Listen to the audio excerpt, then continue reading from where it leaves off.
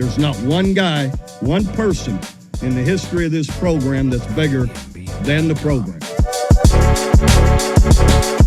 What's better than this? Guys being dudes.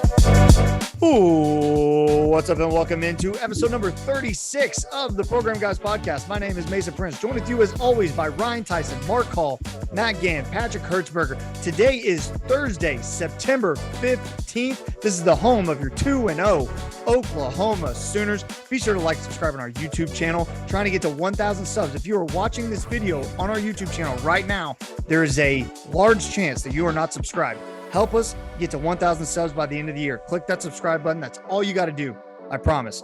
Follow us on Twitter at Program Guys with a Z, Instagram Program Guys with a Z, on Facebook Program Guys Podcast, Spotify, Apple Podcasts, however you get your podcast. That's where you can find us. Massive show today, guys. Huge show. We got an interview with Dari Nowkhah of the SEC Network coming up in a little bit. Me and Mark talked to him for about 20 minutes. Talked to him about a lot of things ranging from OU joining the SEC to his thoughts on OU season thus far to what the SEC looks like right now, who the best teams are in that conference. Be sure to tune into that later. We'll get to that after we break down the OU and Nebraska game. Guys, how we doing? We're recording this on a Wednesday night. I'm excited. We're doing great, man. Great. Awesome. It's football season. I've been in a good mood the last 2 weeks. It's crazy. It's like seasonal happiness. Yeah. It's a really good time to be me. The Miami Dolphins are 1-0. The OU Sooners 2-0, going to take on a lackluster Nebraska team. It's a good day. It's a good time to be me right now. It's pretty great.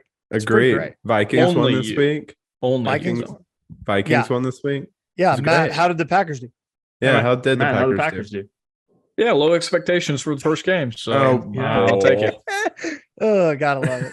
Long season ahead. It's the first week. Long season ahead. That's right. Mark, how you doing, brother?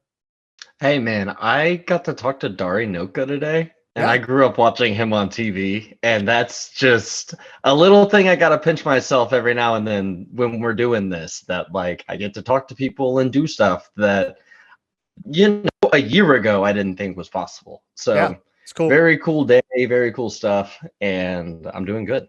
Stay tuned for that interview a little bit later. All right, boys, we got to get right to it. We'll go to the OU football news. Big news of the day right now. The SEC tells Georgia and Tennessee to cancel their upcoming football games with the University of Oklahoma. If you didn't know, Tennessee was supposed to make up a game with OU that was canceled back in 2020 during the COVID year. OU and Georgia had a home and home scheduled for 2023 and 2031. So because of that, OU adds SMU, a home and home with SMU to the schedule, 2023 in Norman, 2027 in Dallas. So to me, this says the SEC telling Tennessee and Georgia, no reason to do a home and home, because by the time that you're going to play it, OU's already going to be in the SEC. Exactly. Good news, I guess. Well, not okay. So I take it actually as don't do this because you're not going to get the backside of that home and home. By the time it becomes your turn to play these games, these are conference games. We're not going to do that. So don't play this extra game in Norman. Don't bother with it. Let's wait till it's a conference game. Mm-hmm. And it was interesting to me how quickly we were able to replace them. And Georgia is playing Ball State, added them to their schedule like that. These teams are able to maneuver very quickly. And I think SMU is a great replacement. Yeah, the devil works hard, but Greg Sankey works harder. Pat, you were going to say something. What did you say? No, I think this is good news. Maybe we get into SEC a little earlier than we anticipated. Yeah, I saw some rumor. I saw some people today say they still believe 2024 is the target date. But I mean, you gotta feel like with the way things are moving right now, that 2023 is a more real possibility as the days go by. Matt, what do you got? Yeah, I think that's the biggest news I took away from it was obviously we're supposed to play Georgia next year, right? And obviously we're canceling that game. It only makes me think that, obviously 2025, where the media deal is supposed to finalize or be over with, the contracts, we're shooting way before that. I don't know if next year is possible, like logistics wise, right? Because we still have to do, there's a lot of TV media deals, a lot of things have to be put in place. So I think this for sure submits 2024 will be the move. If it's before that, I'd be surprised, but you just never know. These things are moving very quickly. Ryan, you got anything to add? No, I think just like adding in, there's another timeline here that I think is interesting, and that's the expanded playoff. You know, they're looking, the earliest that we can switch to that is 2024. So, and then also we have the addition of the 4 teams into the Big 12 in 2024 as well. Yeah. So a lot of things are happening already in 2024. I genuinely do not know if this is going to be 2023 or 2024 that we move over. I think it's a crapshoot. Part of me thinks that we wouldn't sacrifice a Georgia out of conference game next year and replace it with SMU without having an SEC regular season schedule behind it to add strength to it. But also I understand the SEC need to be like, no, we're not going to play this back half of this home and home because we're not actually going to get the home. Like that makes sense to me. So I have no idea. I have no idea what this means. I mean, I think overall it just means we're prepping for this. Yep. And we have known we've been prepping for this for a while now. If you're watching this video, what do you think? Comment down below. Let us know what you think of this schedule change for the Sooners. Mark, go ahead. I cut you off. Oh, no, I was just going to say, Greg Sankey's not playing games. OU isn't going to get a home game that none of his other teams are going to get to reciprocate. Yeah. We're just a piece on the chessboard now. So, I mean, I thought it was very telling that it was an SEC announcement regarding the 3 teams changing their schedules, Georgia, Tennessee, and Oklahoma. They're the ones calling the shots on this, and we're just kind of falling in line. I believe that Texas is still scheduled to play Alabama in Tuscaloosa next year. Is that correct?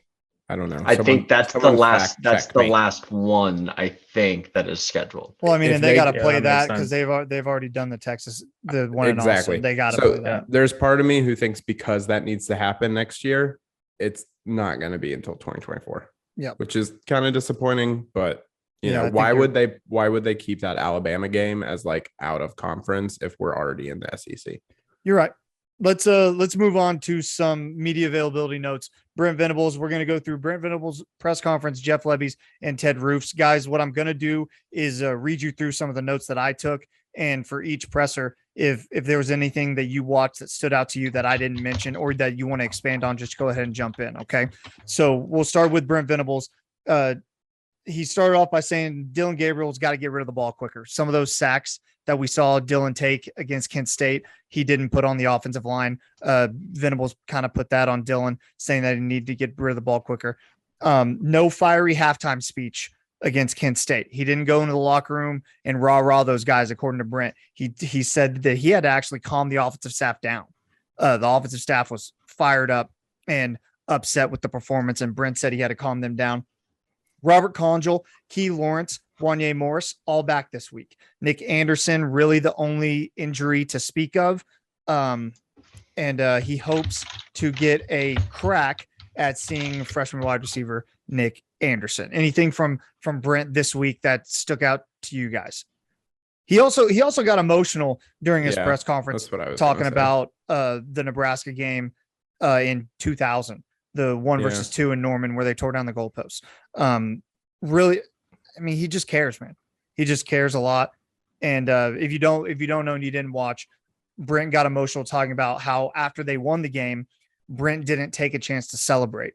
He was already focused on the next week's game, and he was upset with himself that such a historic moment in time for the Oklahoma program, he didn't take it in and soak in the moment, and instead was focused on the next game, which is something he feels like he's gotten better at as the years have gone by, to appreciate the big moments more. And he also had an experience at the 2005 game, right? With the week of his mother. Yeah, the week of his mother dying. Yeah. So, I mean, it was just a lot of, you could just feel the emotion, and he was just talking about how like special this rivalry is. And it is. I think most of us can't feel it as much as probably some of our older fans can, because Nebraska did leave in, what was it, 2012, 2011, somewhere around there. Did leave the Big 12 at that point. And that's kind of when we were growing up, going through college.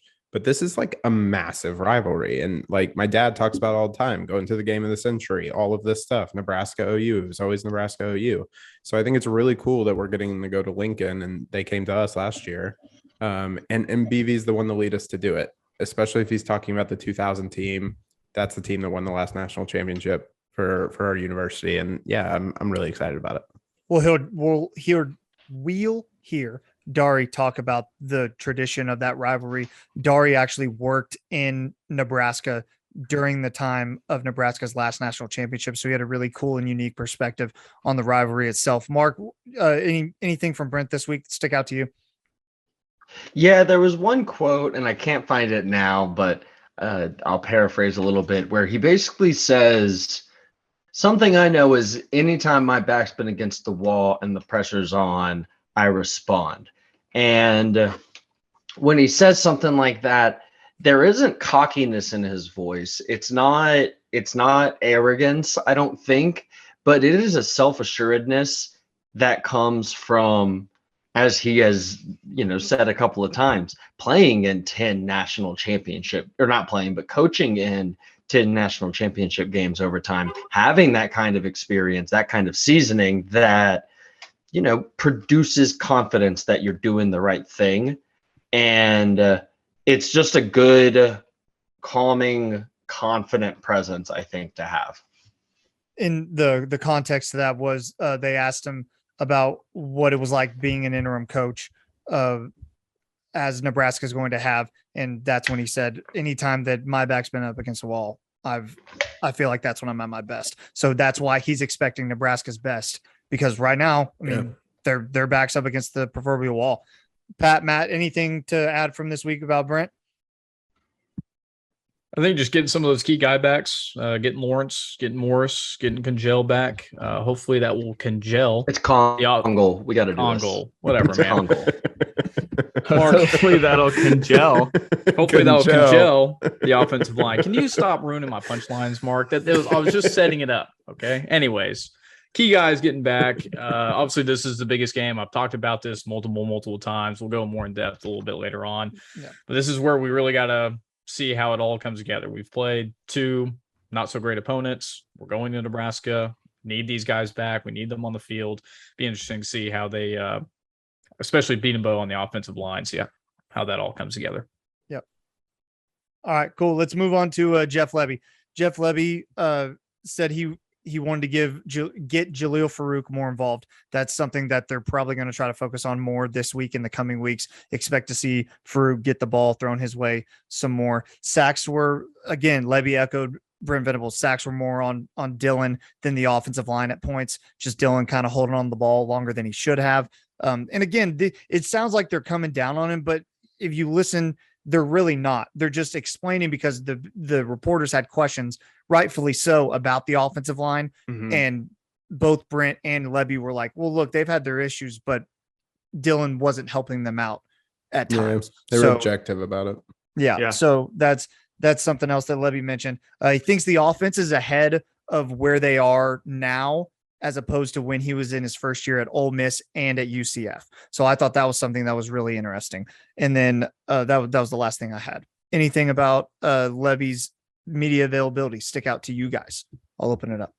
In general, I'm okay with Dylan Gabriel taking a sack instead of throwing an interception like we've seen with some past quarterbacks. So give him some credit there. He hasn't turned the ball over yet, and hopefully he doesn't and continues to protect it as much as possible, but agree he could get it out more.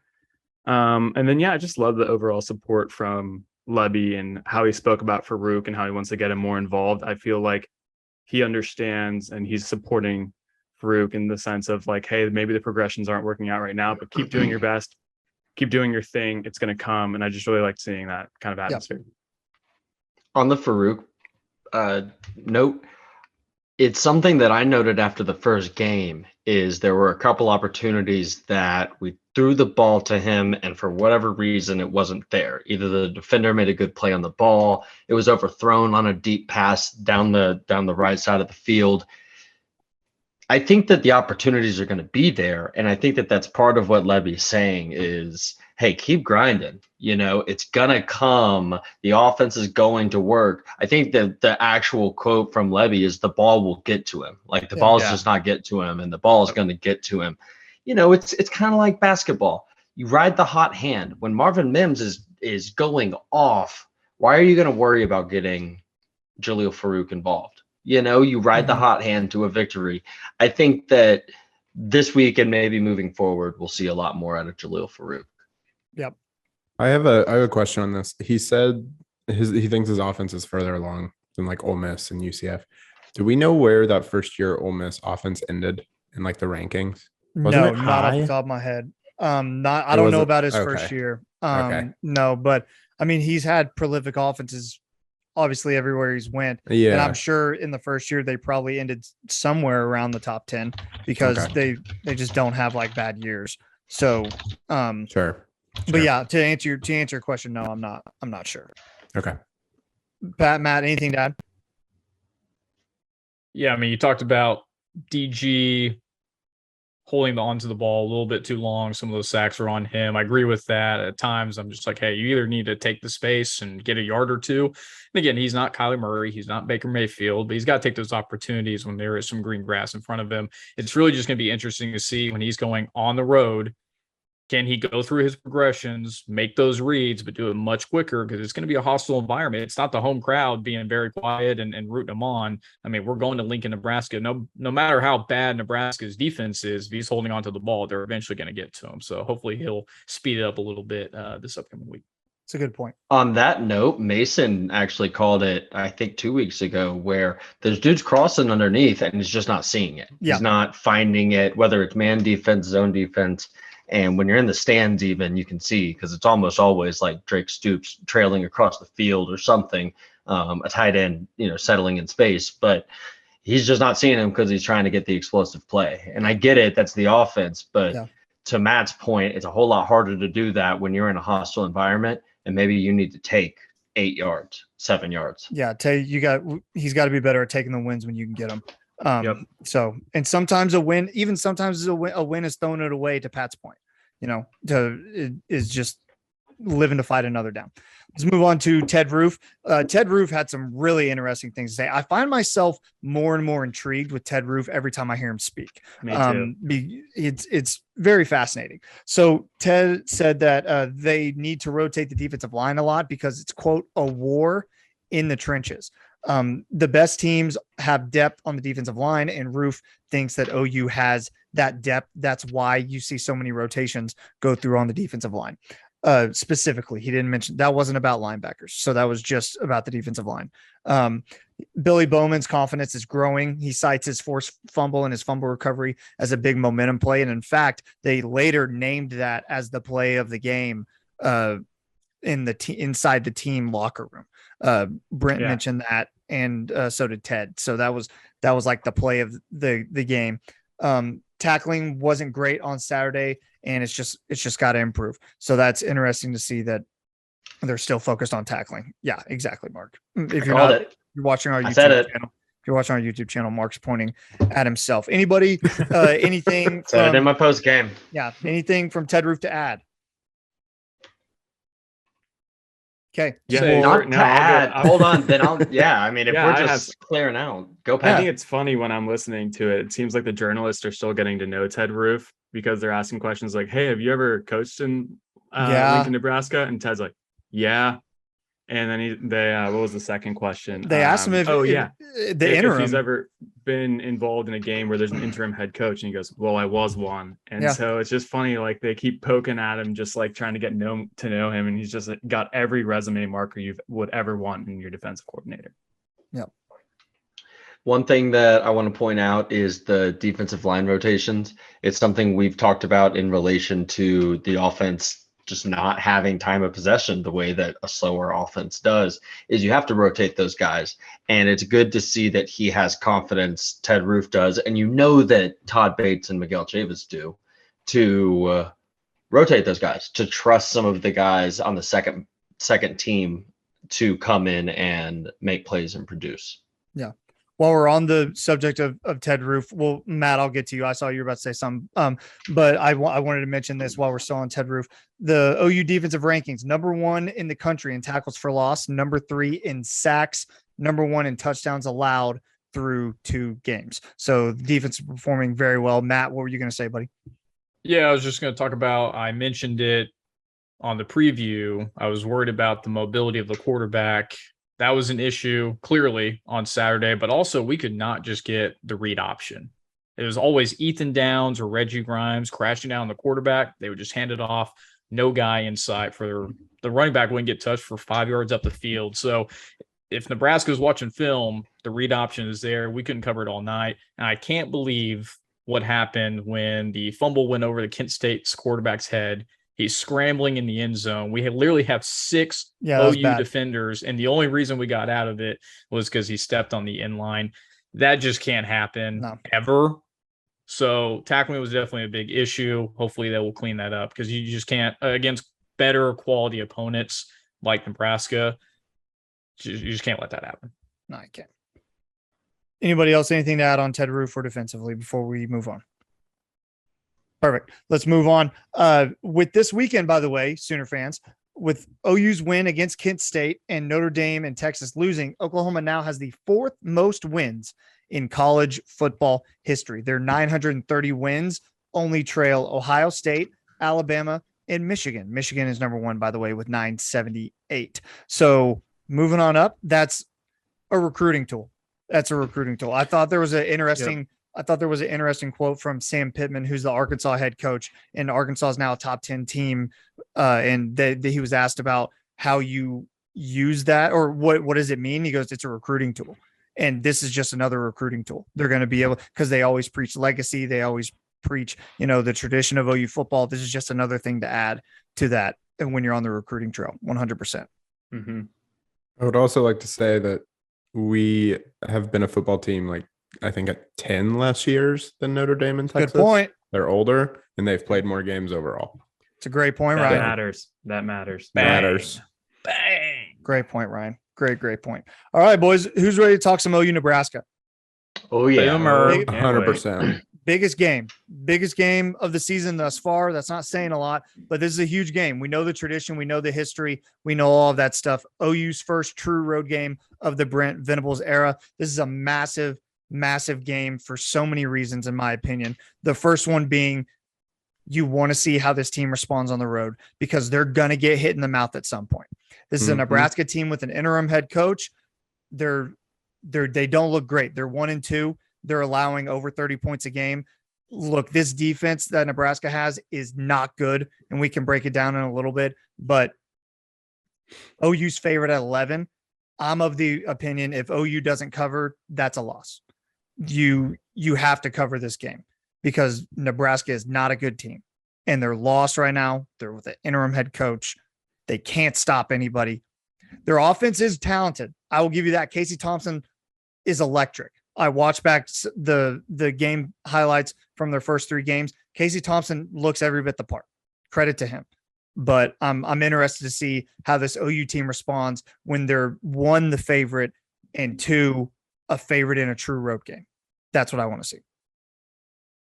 Yeah, I'm gonna have to disagree with you, Mace. I don't think not covering this game is gonna be a loss. Like, I don't think I would see it as a loss. I think this is going to be extremely emotional. I think you're going to have a Nebraska team that, like we have talked about earlier, is going to feel like their back is up against the wall.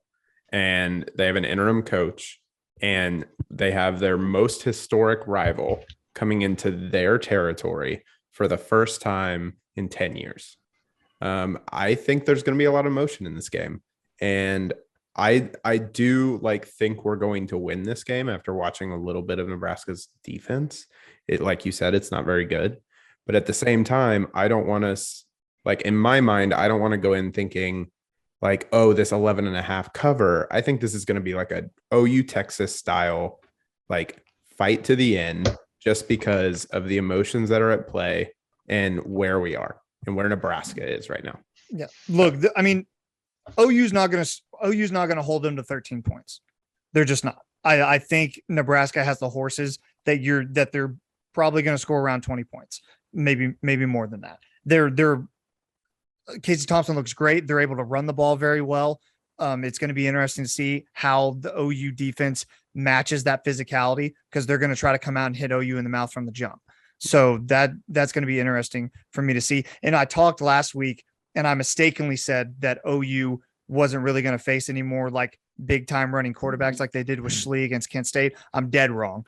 Casey Thompson is a certified problem back there. He had a great game against Georgia Southern. He looked really, really good. It's not his fault. His defense can't stop anybody. Casey Thompson can run the ball well. I agree with you. But fun fact, we had last year when we played against him, negative 24 yards. So he didn't get a single yard. That accounts for sacks, I believe. Okay. In college, it accounts. In college, it's Or is it part of yards. the passing stat? College, it's pass yards. NFL, it's rush yards. I believe. So weird. I hate that. Why can't we be consistent? Well, the 'Cause it's passing football. yardage, just to note, that was 388 yards. So it did pass well against us last year, but not running. Other things, my opinion, I think it's a loss if we don't win by 20. I expect us to win by 20. We're ranked 6th in the nation. It's time to start acting like it. And I think we are acting like it, but we've got to get off to a better start. And that's going to be key. And that's really what I want to see going into this game, because we have not gone with like an electric first half and played first half, second half, the best kind of football we can play. I thought it was interesting that Ryan mentioned the emotions of this game. And I agree that it has the potential to be emotional, but if you're trying to build a program that rivals that of Clemson and Alabama and Georgia, you don't get caught up in the emotions. Right. You know you're the better team. They're going to be emotional. You don't need to be. You go out there and you do your job because you're the better team, and you step on their throat from the start. And you don't get caught up in them screaming and hollering and all that stuff. Don't worry about it. Just do what you got to do. So I agree that there's going to be some emotions, but it shouldn't be on OU side. Yeah, I mean, I hope you're right.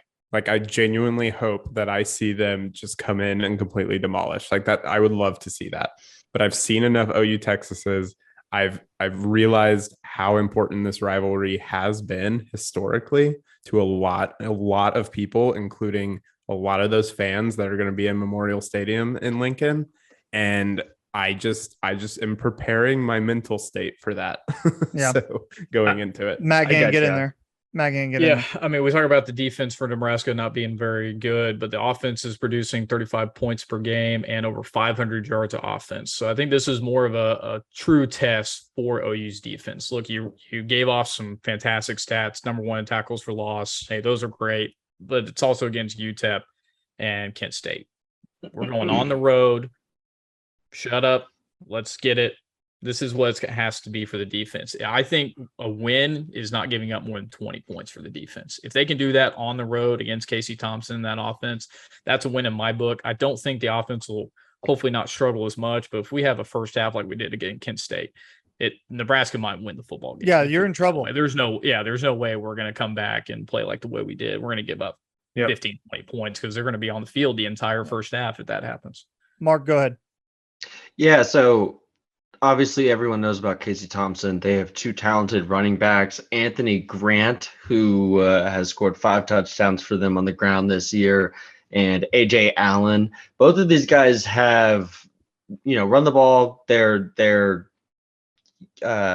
horses for them on the ground, but neither are really receiving targets. And their leading receiver is a guy named Trey Palmer. He has almost twice the number of catches as the next guy. He has 18, just for reference, and only averages about 12 yards a catch. I didn't watch a ton of tape, but it seems to me like he's Casey Thompson's check down go-to guy. And they only have 2 guys. This guy, Marcus Washington, he's gone 10 for 181 yards, and Isaiah Garcia Castaneda, a New Mexico State transfer, who went 4 for 120 against Northwestern, as their more deep threat guys.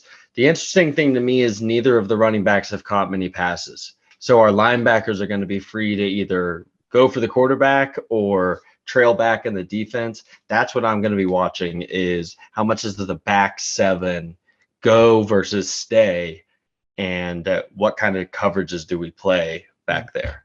To Mark's point, Anthony Grant, 6.2 yards a carry for Nebraska.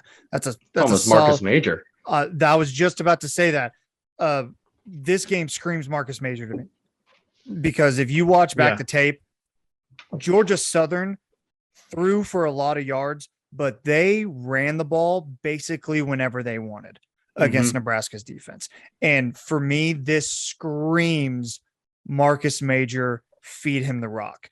Eric Gray is going to get his touches. I get that. I have a feeling that if we start to see the move to Marcus Major, this is the game we see it, because he's going to be able to run in between the tackles better than Eric Gray, I believe. And he's just a physical runner. This is where we need to see something from this offensive line as well. You have Wanye Morris back, Robert Concho's back in a backup role. You have the horses. You have to dominate this team up front, because their defensive line is not good. You have to push them around if you're going to be any sort of good offensive line. And now that you have Wanye back and everybody's back to the position that they originally were in camp, they have no more excuses. Like, they got to improve this week. I bet we still see Eric Gray getting more touches than Marcus. But I mean, if he's not breaking tackles very quickly, I think Marcus comes in. Hopefully, short leash. Yeah, because last week showed you, man, you take out that long run and Eric just wasn't getting it done. And Nebraska has better. Sorry, go ahead. No, I was just going to say, Lebby said he was stubborn. He was trying to get the run game going when he probably shouldn't have been as stubborn about that. But like, hey, he expected Eric Gray to make those plays. So right. Yeah, we'll see. Anybody else, anything to add on Nebraska?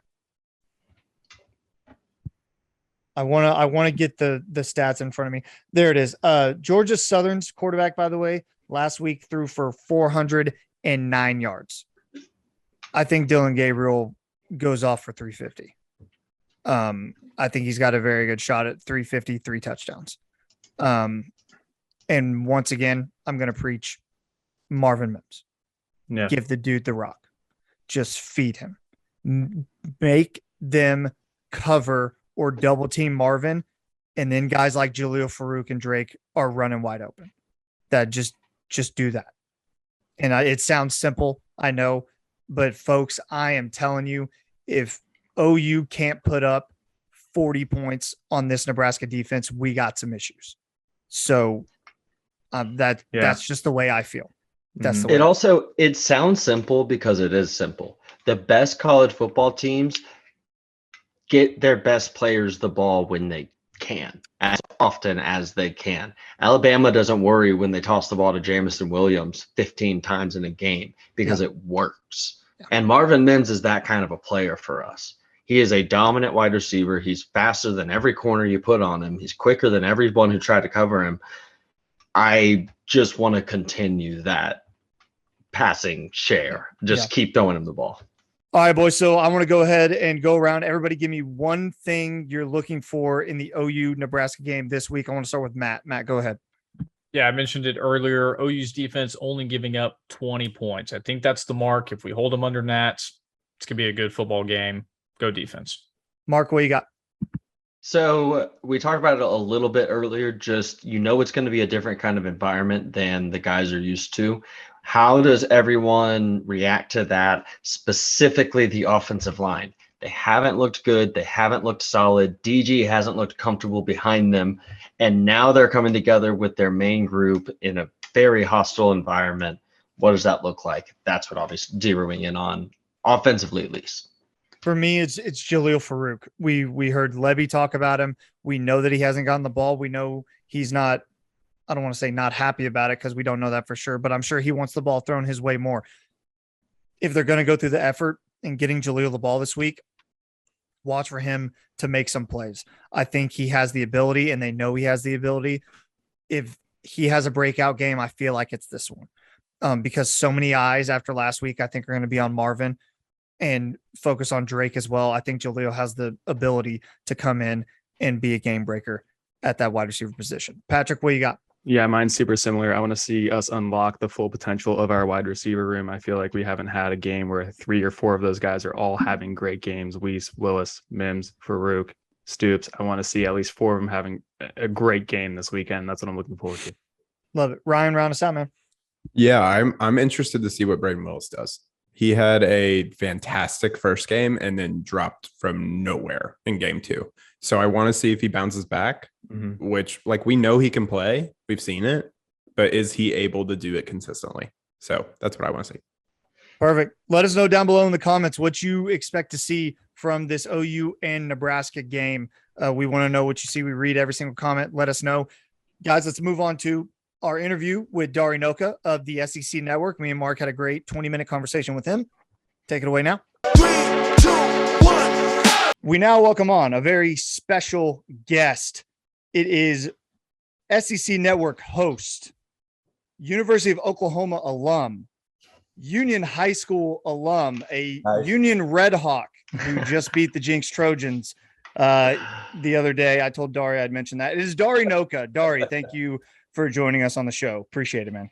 Hey guys, good to be with you, man. Good to see the the Oklahoma on your shirt. Mark's got the OU rocking. So I thought about wearing some OU gear, but I didn't. I just got back from a little run and threw on whatever I could that was dry. So I apologize. Don't worry about it. You look great. So we want, like you said, OU alum. What are your thoughts? We're 2 weeks into the Brent Venables era, and they look good. They're 2-0. Got Nebraska coming up this week. What do you think you've seen out of OU so far this season? I'll tell you, my favorite thing isn't what I've seen; it's what he said, and that is, we're not going to use our offense as an excuse for our defense. Our defense's job is to stop people, regardless of what our offense does, and that to me is my favorite thing, because there's no question with Lincoln, with Mike Stoops. Really with whoever at any point ran our defense, it seemed to be, and maybe they didn't say it, but they certainly didn't say what he said. And to hear him say what he said was a relief to me. Like, I mean, yes, Mims is a superstar. I think our run game is really, really good. I'm glad to see Eric Gray being the main guy. And then Major obviously had some big carries. Offensive line, I think, it's hard to tell through these 2 games. And while Nebraska is not very good, we'll at least get a little bit of a better gauge, I think, of our offensive line. But defensively, and slow start the other night, I'm just glad with what we got in the second half. And defensively, I'll take giving up 3 points. I'm good with that. It was interesting. I don't know if you saw this. You mentioned Union. Did you see that Kent State practiced at Union all week? Like, they didn't go home after they were in Seattle, which I thought was an interesting. 2 weeks away from home. Yeah, my mom called me and said that she saw them at a hotel in downtown Tulsa. She was like, "Why are they here? Is the game in Tulsa?" I said, "No, Mom, it's not. It's in Norman. They were practicing at Union all week." Yeah, so, but it's smart because you don't want to go back 3 hours and then come back 2 hours, or go back 3 and then come back 1 or whatever. Yeah, so my time zones are a mess. Yeah, but yeah. So, anyways, my point on that is, I think Kent State came in prepared. There's some teams in the MAC that aren't necessarily bad teams. So you don't want to look at it and say, slow start, we're in trouble by any stretch. Take what we saw in the second half and be happy with it, I think. Kent State made a bowl game last year. Yeah. Kent State's they've got talent in their conference, and same thing with UTEP game 1. These are competitive teams, and I thought they were good challenges for what OU had, 2 weeks into the era. No doubt. I totally agree with that. And then, Saturday, it will be not a toss-up. It'll be a toss-up in terms of what we see from Nebraska. Again, a team with, I think, more talent than they've indicated. And sometimes when a coach gets let go, you don't know what you're going to see from that team, because I know Mickey Joseph is very popular there. It's a proud program. It's one that I covered for 2 years. The last 2 years, they were any good. Played for an national championship, had a Heisman Trophy winner in Eric Crouch. I mean, I kind of fell in love with that program, and I still really admire it. And I hate to see where it is right now. But I think we're going to get a different team. They tested us last year, and I think I would expect the same this year. I don't think it's going to be a walk in the park up there. So you just mentioned that you obviously worked in Nebraska in the past. You saw them when they were pretty much at their peak. What is it about this rivalry? We saw how special it was last year with the anniversary of the game of the century and stuff like that. But we heard Brent Venables this week talk about it, and he got emotional. talking about the Red October game that they tore the goalpost down in Norman. What's so special about this rivalry that we don't really get to see anymore? Yeah, well, I mean, obviously, when they were all playing for, every game was for an Orange Bowl berth and typically a national championship berth as Big 8 champs. That was special. That was also probably before your guys' time. Even in the Big 12, Nebraska was starting its slide. I mean, they played for the championship in 01. Crouch won the Heisman in 01. And then after that, it was really it. They fired Solich shortly thereafter, and everything kind of got hazy and fuzzy for them. But the beauty of it is, and having lived up there and having so many friends that I made up there, they're like us. The Nebraskans and Oklahomans are very similar. And I think that's why, the pride they take in their state, the pride they take in their football program, what it means to them on a daily basis, far from just Saturdays, but really every day of the week. It's important how they do. It's important that they support them. It's important that they represent them as a people. And I think that's why you get, it's not OU Texas and it's not Bedlam. It's not a rivalry of disdain or hatred. It's a rivalry of real respect. You're going to see it Saturday. Hopefully they'll show it on Fox. But, when OU takes the field, I guarantee you they're going to cheer. I guarantee you, like in 01, the year Nebraska beat us 20-10 after we beat them in 2000. And Eric Crouch had the Heisman moment with the touchdown catch down the sideline. At halftime, I think the game was 10-10, and I stood in that stadium and watched OU leave in that end zone to a standing ovation from Nebraska fans. That's who they are. That's what they are. I'll admit it. They're my favorite fan base in America, and I think that we're going to see them. It's a real rivalry of respect. We miss them. They miss us. And I don't think, regardless of where we are as programs and how different we are in the position we're in right now, I don't think that we're going to see the lack of respect that we've always seen respect. I don't expect it to change. Yeah, you talking about that, I'm trying to think about the timeline there. And it seems to me like the move to the Big Ten was sort of a grasp for desperation by Nebraska. Hey, let's get back to our heights. Biggest mistake. Do you think that was wrong? Yeah, that's what I'm thinking. From a financial standpoint, it was right. From a respectability and relevance standpoint in football, it was a nightmare situation. It was a terrible decision. I think any of them up there would tell you the same thing. What it did was it took them away from being able to recruit Texas. They recruited Texas really, really well. And when they left and they had no reason to ever visit the state of Texas again, that recruiting dried up. Now where are they going to recruit? Nebraska's not talent rich. The Dakotas are not talent rich. Iowa's not talent rich. Kansas is not talent rich. Ohio gets Ohio. Pennsylvania, Penn State gets Pennsylvania. Michigan gets a little bit of both. Wisconsin gets a little bit of both. There's nothing left for them.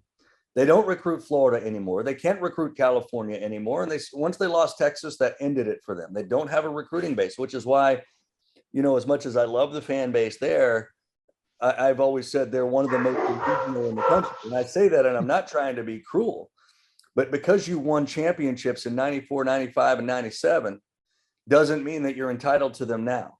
They're a program that left a conference they could win, that left a conference they could recruit well in, and went to one that they can't. And I don't see them ever getting back to where they are. Sure, can they be Wisconsin someday? Yeah, I think they can be Wisconsin. I think they can win the West, get beaten in the Big Ten championship game, and maybe some year in a 12-team playoff they can squeeze their way in because of a really good regular season. But they're a ways away from that. But to think we can win a national championship or back-to-back championships or get back to where we were in the 90s is not realistic for them. You made a good point about Nebraska switching conferences. Now, me and Mark were talking about, we want to get your thoughts on OU moving conferences, joining the SEC, a conference that you cover. You know what this OU program is about, especially now with Brent Venables. What does OU need to improve upon the most to survive in the SEC and not turn into a Nebraska? Well, I mean, first of all, like facility-wise, I think we're in good shape. But the arms race in this league is unlike anything else. So they're going to have to be willing to spend and continue to spend. It's going to take booster money, donor money. It's going to take what you can't fall behind in terms of facilities. That's just a lock. We know that. I love what we've done. I love the South End Zone. It's obviously a special place down there right now. We also cannot skimp on salaries. We can't skimp on assistant salaries. And I'm not saying that we do. What it takes to win in this league, that's what it's going to take to win in this league. Where Venables is the right choice is because we're already seeing an impact in recruiting on the lines of scrimmage. This is why Alabama blew us out. This is why LSU blew us out, in addition to guys being suspended for idiot reasons. This is ultimately why we didn't beat Georgia in Pasadena. This is why we don't compete with those schools in the playoff. Clemson too. Clemson's built like an SEC team, and they've knocked us out of the playoff a couple of times. It's because up front, we're not where we need to be. And that's changing with Brent. It's going to have to continue to change. Like, you don't win if you can't get the 320-pound nose tackle out of Mississippi, if you can't get the 330-pound offensive tackles from South Georgia, from Louisiana. We got to get those dudes. And Brent's recruited those guys in his tenure at Clemson. He's going to continue to do that. Once we enter the league and have that up front, in addition to the skill guys that I know we have and we're getting, we'll be fine. But we get whipped up front in the biggest games of the last 10 years. That'll happen almost every week in the SEC if we don't continue to hammer home the lines of scrimmage. I think you look at every one of our playoff losses has come against an SEC team or Clemson. And so we went and grabbed Brent Venables from the Southeast and Clemson, Todd Bates as the defensive line coach, best recruiter of defensive linemen there's been the last 5 years. He develops these guys too. And you're already seeing those relationships develop in the Southeast that, I mean, it's a pipeline that OU has not had. No, and Jeff Lebby too. I mean, just from Ole Miss, but also UCF before that, he's going to get some guys out of Florida, especially now that we will play in Florida and in Georgia and in Auburn and Alabama, places these families can easily get up and watch. So no, and he knew what he was doing. Like, there's no question from the time this decision was made. I mean, trust me, I have the same feelings for Lincoln as almost everybody else. I don't know if it's him or Kevin Durant that's higher on the list, but they're both. But Brent will, without a doubt, have us more ready for this change than Lincoln would have. We were not recruiting any better on the defensive side. We were not recruiting any better on the lines of scrimmage. We were quarterbacks and receivers heavy. That's great in the Big 12. It is not great here. It is not okay in the SEC. And like, that's something that, Lane Kiffin won 10 games last year with that, but it's not good enough. You're not going to beat Alabama. You're not going to beat LSU on a regular basis in A&M if you don't have what he needs to have. And it's going to be the same with OU. I've told people, look, get ready for, you're going to scream and cry and kick every time you see OU go 8-4 or 9-3. But in this league, there's going to be a lot more 8-4s and 9-3s than there will be 11-1s and 12-1s. Like, that's just the way it is. That's the way with everybody not named Alabama and maybe Georgia. And we're not going to walk into this league and all of a sudden take it by storm and in my opinion, play for a conference championship in the first 2-3 years. It'll take a little time. This is a different beast, man. And it's week in and week. You don't get Iowa State on the schedule, the typical Iowa State. You don't get Kansas on the schedule. You don't get Texas Tech on the schedule. Like, you get Vanderbilt on the schedule. And after that, like, you walk into Columbia, South Carolina thinking you should win. That place is insane. Every atmosphere in this league outside of Nashville is phenomenal. So it's a different ball game, man. Like, and I think that's just what people need to understand. Let's talk a little bit about the SEC. We saw Alabama going to Austin last weekend, and I don't know what they were doing. And then you see Georgia dominate so far this season. They're the new number one. Those are obviously the two top teams in the SEC. Who's your third team? Because we've seen Arkansas perform super well. We've seen Tennessee play well. What do you think? Yeah, this is just Mason wanting you to say Arkansas. It kind of is. That's what this is. My number 3, and I've been on record, to me, it is Arkansas. And I'm not even saying that for any reason other than I thought it was before the season. I've got no reason to think otherwise. KJ Jefferson is a legit quarterback. He may be the second best quarterback in this league. I'm not saying he's an NFL caliber guy right now, but he may be the second best. And to win a game, I think I'd take him over Levis. I know I'd take him over Anthony Richardson. Stetson Bennett, I don't know if I take him over him, but and obviously Bryce is Bryce. Yeah. But I think it's Arkansas. But they got a nasty schedule. You know, I love the emphatic win against South Carolina, who's a team that's probably a little more talented than they look to be. But I think Tennessee's really good. I think Kentucky's really, really good too. And, you know, the game to watch for is November 19th when Georgia goes to Lexington. Because even if Kentucky has a league loss, they would win the tiebreak if they could beat Georgia in Lexington. And that place is going to be out of its mind. But yeah, on the whole, I think Arkansas is the second best team. It's just the schedule at the end of the season. Kentucky may have 10 or 11 wins. Tennessee may have 10 wins. Arkansas may have 9 because that schedule is just nasty.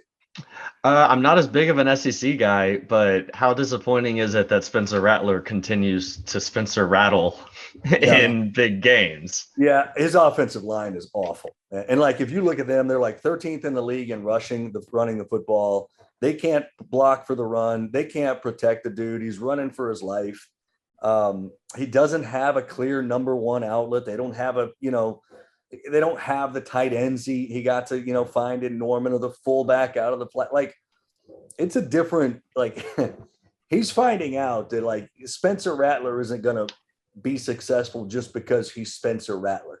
Like, he doesn't have it around him right now. And I think it's going to continue to be a rough year for him.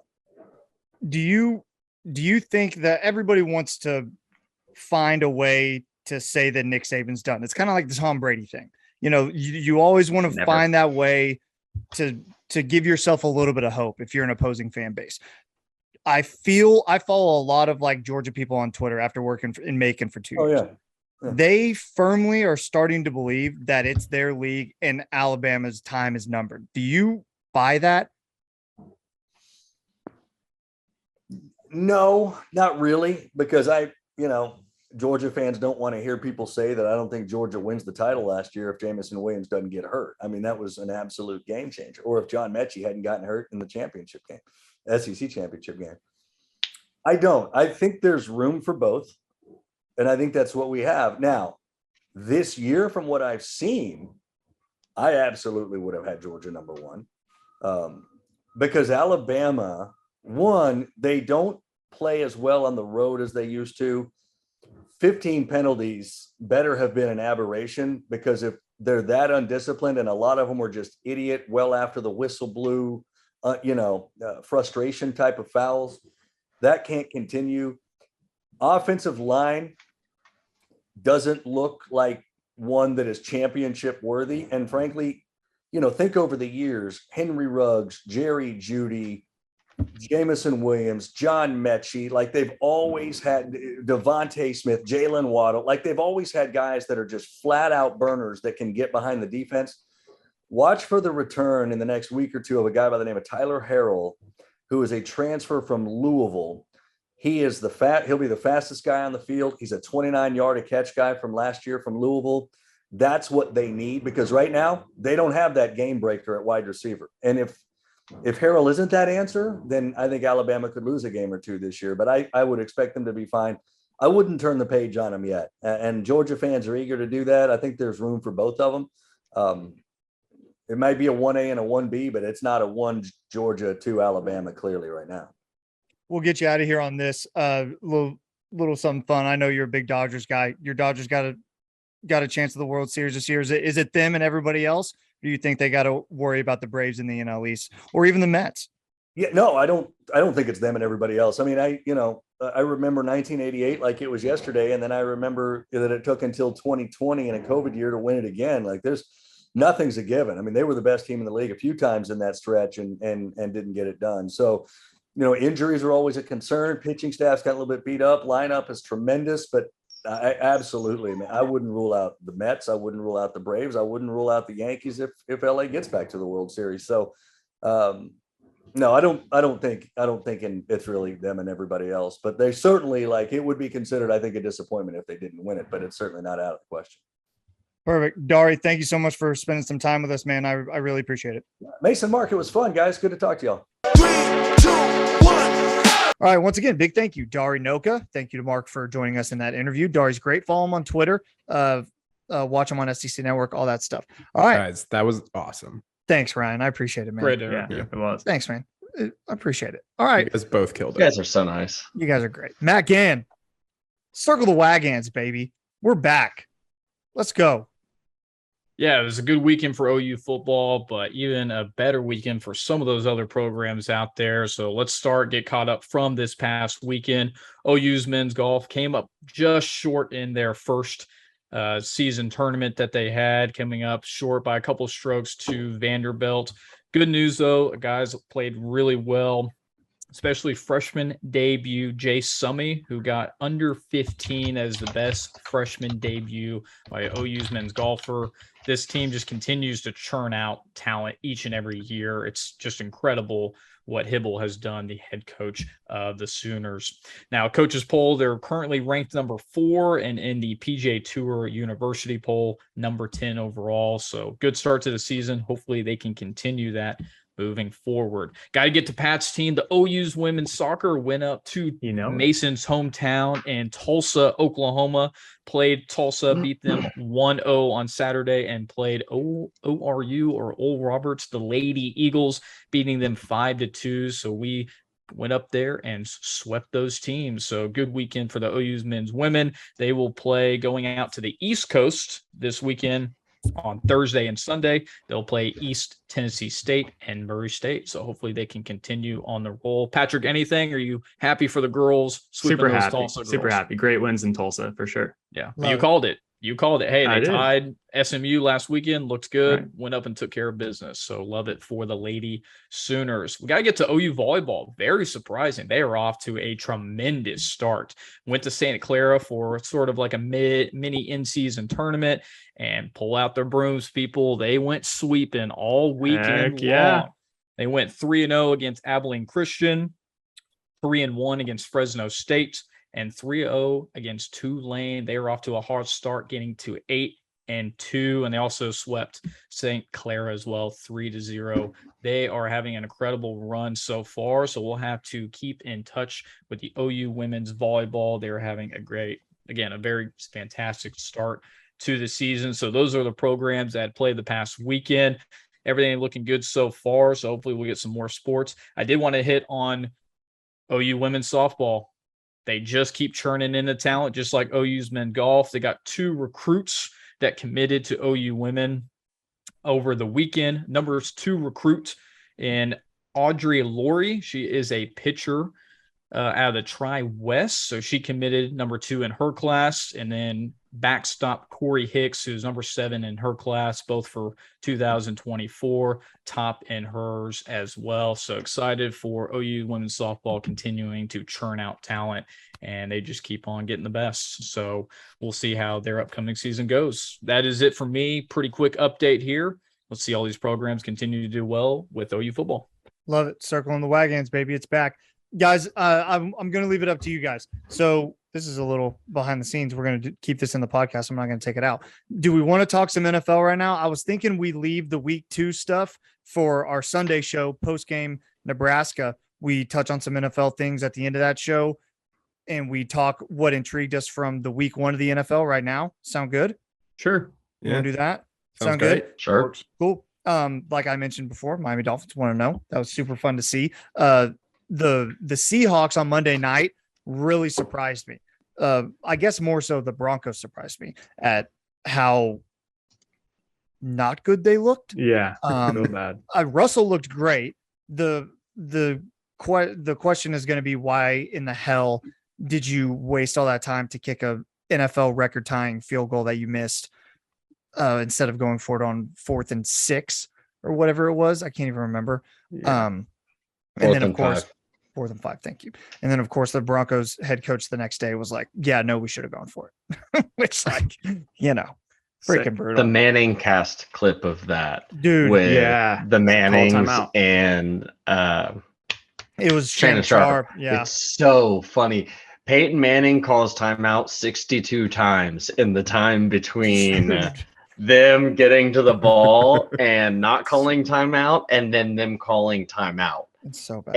And man, that's your first game as a head coach. That's tough. You've lost the goodwill of everyone, I feel like. Yeah, dude. Especially when Russ went out there and played like he did. Also, Seattle fans, why are you booing Russell Wilson? Like, what are you doing? Yeah. The dude He's been kind of a jackass for a while. No, He's bro. cringy. He's cringy. He won the Super Bowl a long time ago. He's a weirdo. He's a method just actor. weirdo. Remember when we got a list of teams he'd be cool with getting traded to about a year and a half ago? He might be an alien. I mean, he's been doing stuff like that for a minute. He's been wanting out for a minute. I would boo him. If he was my team.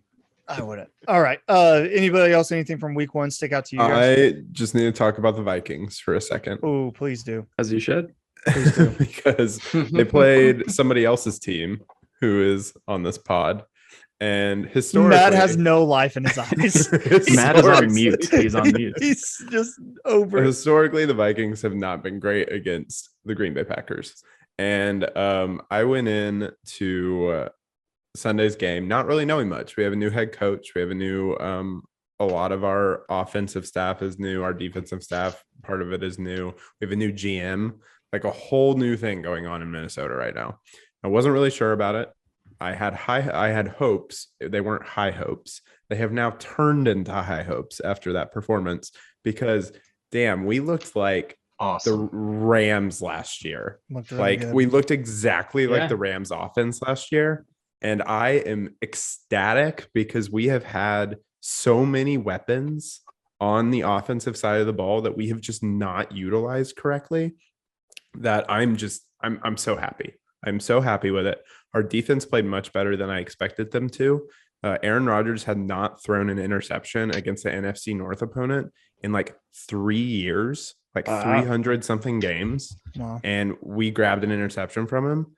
I'm so happy with the Vikings right now. And usually they're going to break my heart again this year. I'm just preparing for it. I don't know, man. But I'm more excited right now than I have been in a really long time. So Matt, how we feeling? Yeah, low expectations going into the game. Right when Christian Watson dropped the wide open touchdown, I knew we were in trouble. Clearly, it was the there's first no play of the game. the second drive of the game. So check yourself. It was the first Packers possession. Check yourself. Check yourself, please. Check yourself. Anyways, look, the Vikings got great offensive weapons. The Packers do not. The Packers D was on the field the entire time. Rodgers can't find anyone. They don't have a clear-cut number one. You can clearly see the drop-off from Devontae Adams to anyone on the field catching footballs. And that's going to be a problem all year long, and I knew that was going to be an issue, and you can clearly see what happened in the first game. Now, last year, they did get beat pretty bad by the New Orleans Saints, just like they got beat this year to the Vikings, and they made it to the NFC Championship, and Aaron Rodgers won his second MVP. I hope that happens again, but I just don't see it with nobody being able to catch the ball. The running backs look great, and Dylan and Aaron Jones, but you got to have people to catch the ball, and they just do not at this point. I wish we would have known that he didn't have anybody to catch the ball. I wish we as a podcast would have said that earlier. Literally everyone did besides you. Everyone said he has no one to throw the ball to, and you disagree. I've said that all year. I never said. Did I ever say that Randall Cobb you is the were guy? so high on Alan Lazard. You were so well. high. He is also Alan out of the Lazard. game. He also got a late injury with an ankle. So let's see the difference he makes. That also did. I mean, he's a proven wide receiver. He ain't no Devontae Adams. But listen, when you got the guys on the Vikings offense, or hey, Miami's got Tyreek Hill, when you get those kinds of upgrades to your team, you're going to be a way better team. And so Packers don't have that. They're going to have to find a solution very quickly, or it's going to be a bad season. All right, Patrick, All right. which 5 teams do you want to start with? Do you want to start with the Texans? I'm going to actually start with the Vikings. I think the Vikings could win the Super Bowl. They look very good. They have all the resources to do it. If they're going to do it, they're going to do it this year. I agree. Aaron Rodgers needs to stop taking ayahuasca. The Broncos and the Bengals are the biggest losers of the weekend, and I am very glad that the Houston Texans did not lose, but they also did not win. So we'll move forward. I think Joe Burrow's in a lot of trouble, and I think the Bengals are in a lot of trouble. It's all right. I got a very bad feeling about the Bengals, man. Their offense is going to be good, but that offensive line looks worse than it did last year. I don't see it, man. and their defense doesn't look great. The Steelers are inept on offense and still looked serviceable. Like it just, I don't know, man. I just don't know about the Bengals, and especially in that division, dealing with the Ravens and dealing with the Browns. If the Browns are going to be worth anything, I mean, the Panthers should have beat the Browns, but coulda, shoulda, woulda, I guess. Anybody else, anything stick out on week 1? Mark, I feel like I cut you off. Oh, no, not at all. Just a quick Falcons check in. Yeah. They looked good. And then somehow getting rid of, moving on from Matt Ryan didn't get rid of the stink around the franchise that has just lingered for a few years. The Falcons still Falconsed, and the plan was to lose this year, but I didn't expect it to hurt because the plan was to lose. They wrapped me up in it, man. For those who don't know, before we recorded the post-game pod on Sunday, we were all kind of watching the NFL, and Mark was watching the Falcons. And at that point, the Falcons were up by at least 2 scores, right? And up 2 scores and had just gotten a pick, I think. 15 plus. Yeah. And you had Mark a screaming moment. Mark wasn't overly confident. I don't want to oversell this, but Mark was feeling good, surprisingly. We were looking good. Yeah. Patterson had a great day. Yeah. And then Patterson had a great day. I sat him. The wheels came off. And then the wheels came off. I'm Mark, sorry, what's the stat for Falcons when they're up by 15 plus points in the fourth quarter? Whatever we are, we've lost 3 games in the last however much, and the rest of the NFL is 2. It's 282 to 15, I think, with the rest of the NFL when they're up 15 plus points. I think the Falcons are 5-3 in the last couple of seasons. That's a tough look, and especially when they did play so good. I mean, they did look really well against the Saints, but man, Marcus Mariota looked good, man. I liked what I saw from Mark. Yeah, Drake London and some of the guys. Patterson. He fumbled a snap at the end of the game to lose the game, and people are already calling for his head. It is brutal out in these Falcon streets. It's brutal. Also bad for kickers. 10 missed field goal kicks in the fourth quarter over the weekend. Bad. The kicker, and they were missing.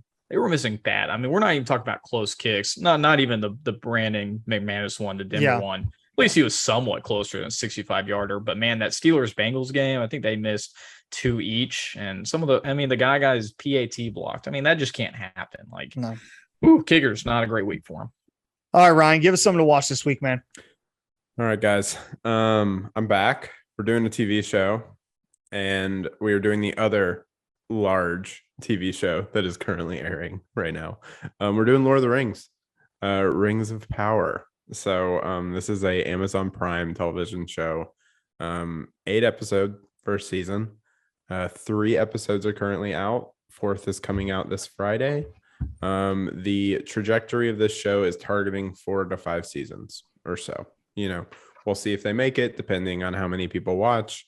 But it's in the culture right now. It's a very large show, very expensive show. We'll talk about that here in a second. The plot of this takes place during the Second Age, and which is years before the start of Lord of the Rings, Fellowship of the Ring. If anyone is listening to this and has not watched the original Lord of the Rings trilogy by Peter Jackson, please go watch them. If you can find the extended editions, even better. It's a fantastic movie trilogy that is totally worth your time. Everyone, pause the pod. Pause the OU football pod. Go watch 12 hours worth of admittedly really, really great movies, right? And then come back for the rest of this. We need you to do the prep work. Yeah. Look, you don't have to have watched the movies to see this show, but I would recommend it. And they're great. They're fantastic movies. If you don't want to watch the extended versions, fine. They're better than the show. Watch the theatrical. I haven't even gotten to the show yet. Mark has already taken shots at me, just like I knew he would when I picked this. Okay. Anyway, this takes place many years before the original Lord of the Rings trilogy. And it basically shows the show tells the story of the rise of Sauron, who is the bad guy in the Lord of the Rings trilogy, essentially, and the creation of the Rings of Power, which include the one ring that, if you haven't seen Lord of the Rings, you won't know what I'm talking about, but the one ring that matters the most, and that's the ring of the one ring to rule them all, right? Bury the entry here. I wrote in my notes, let Mark rant here about too many shows on television. Mark, do you want to go? I wouldn't say too many shows on television. It's just that it seems to me they're trying to scratch the same itch that Game of Thrones is purportedly there to scratch. And yeah, some people do have the time and bandwidth and ability to put all of that energy into all of it. Not everyone does. Thrones started earlier. It ties back to a show that went off of air, 3 years ago?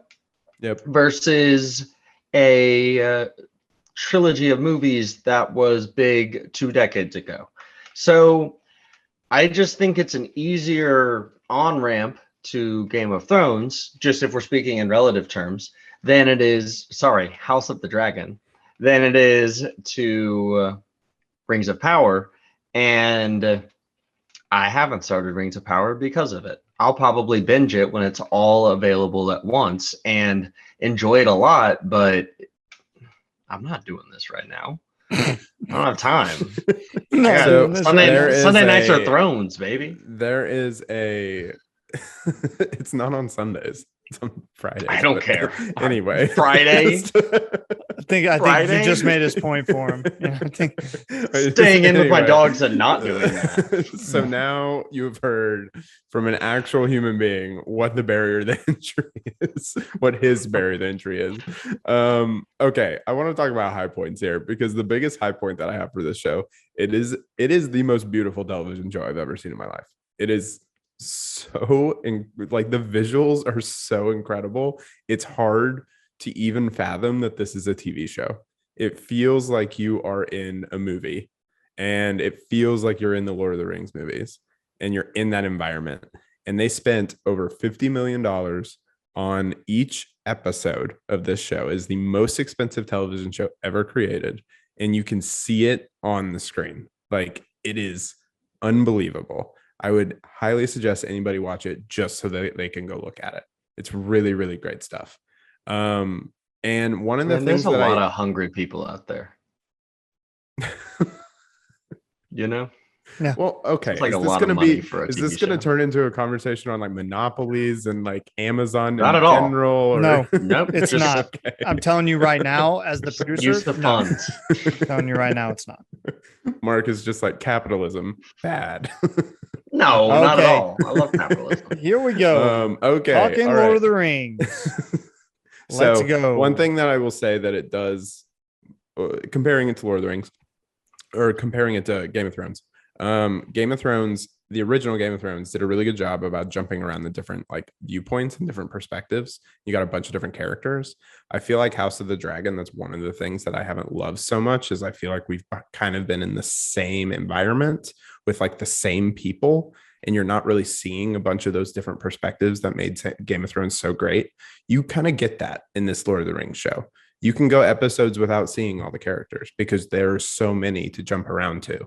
And I love that. And I've missed it from Game of Thrones, because that's really the last big show that's done something like that in a fantasy universe. So that's something that's really attracted me to this Lord of the Rings show. Overall, I'm not going to touch more on it. Go see it. Go watch it. If you haven't seen the movies, go see them too, because they're fantastic. Perfect. Thank you, Ryan. Go watch it. Let's do our MVP of the week. I want to start with Matt. Matt, go ahead.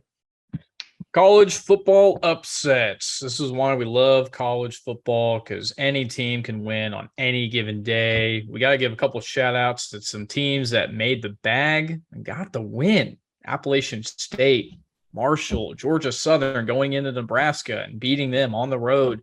All these smaller teams that everyone just thinks they're going to walk all over. Why do we keep inviting Appalachian State? We see what happened 10 years ago when they went to the big house. Stop it. Stop having them on your non-conference list and trying to get upset, and stop paying all these guys millions of dollars to do so. That's why we love college football. There's always upsets. They're just unpredictable. It's what makes it probably the greatest sport to watch. Josie, I know you're listening. Don't schedule Appalachian State. Don't do it. Okay. We don't want them. We don't We want Bama. We don't want App State. We don't want App State. We don't want App State. People still talk about that Michigan game, and it was in freaking 2007.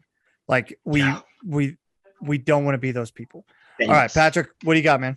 All right, I've got someone who we've been talking about. We were very early on talking about him, earlier than most people who didn't even understand that he existed yet. But that is the director of fan engagement and production, Tyler Coffer, who is making the game experience electric at the University of Oklahoma. We've all talked about how we are not rowdy enough, how our game experience is not good enough, especially going to the SEC.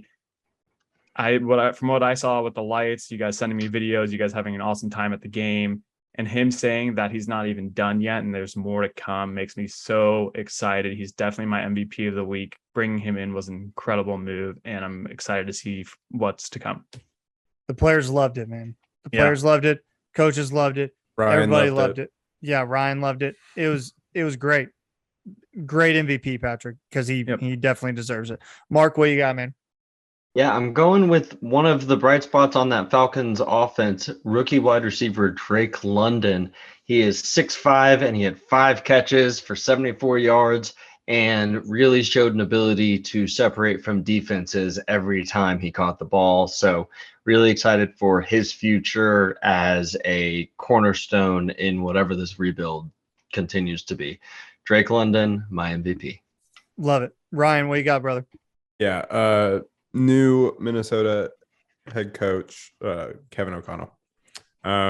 Just being able to come out there on your first game against your arch rivals, and have that kind of a performance, and changing the offense like that. I just think he deserves a lot, and I'm super excited to have him as a coach and where he goes from here. Love it.